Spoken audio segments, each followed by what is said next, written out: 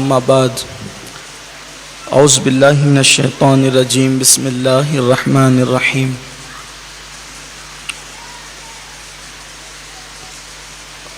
والحافظون لحدود اللہ وبشر المؤمنین صدق اللہ العظیم۔ غوث اعظم بمنے بے سرو ساما مددے قبلہ دی مددے کعبہ ایمان مددے انتظار کرم تستمن عینی رائے خدا جو خدا بینو خدا دا مددے بگردہ بے بلا افتاد کشتی مدد کن یا معین الدین چشتی۔ الصلاۃ والسلام علیک یا رسول اللہ، الصلاۃ والسلام علیک یا نبی اللہ، الصلاۃ والسلام علیک یا حبیب اللہ وعلی آلک واصحابک یا نور اللہ صلی اللہ تعالی علیہ وسلم۔ آج کی یہ محفل بخاری شریف کے افتتاح کے موقع پر، یعنی بخاری شریف کی پہلی حدیث مبارکہ کے درس کے موقع پر منعقد کی گئی ہے، اور مجھ سے پیشتر آپ حضرات ہمارے برادر عزیز حضرت مولانا حافظ غفران اشرفی صاحب سے اور ان سے پیشتر ہماری مبلغات اور معلمات کی زبان سے بہت ساری مفید گفتگو کو سماعت فرما رہے تھے، اور اب وقت کی قلت ہمارے سامنے ہے اور میرا عنوان بڑا وسیع ہے، اسلامی بیٹی کا روحانی سفر۔ سب سے پہلی بات تو یہ ہے کہ بیٹی ہو یا بیٹا، مسلمان کا جو سفر ہے اس کا آغاز علم الہی سے ہے۔ علم الہی کے بعد عالم ارواح کے بعد باپ کی پشت، اور باپ کی پشت سے پھر ماں کا شکم۔ جب کوئی بچہ یا بچی ماں کے شکم میں جلوگر ہوتے ہیں، اور جب وہ بچہ یا بچی 4 مہینے کی شکل ماں کے پیٹ میں اختیار کر جاتے ہیں، تو اس وقت اللہ تبارک و تعالیٰ ان کے جسم میں جان کو پیدا کرتا ہے، اور وہ بچہ یا بچی ماں کے پیٹ میں رہ کر ماں کی عادت اطوار، ماں کا کھانا پینا، سونا اٹھنا بیٹھنا، ان ساری چیزوں کو اپنے دماغ کے اندر ایسے ہی کیچ کرتا ہے جس طریقے سے ایک کیمرہ انسان کی گفتگو کو، اس کی حرکات و سکنات کو کیچ کرتا ہے۔ میرے پیارے آقا صلی اللہ علیہ وسلم کی کنیزوں، کیمرے کے اندر اگر انسان کے ناک پر مکھی بیٹھ جائے تو بھی کیمرہ اس کو کیچ کر لیتا ہے۔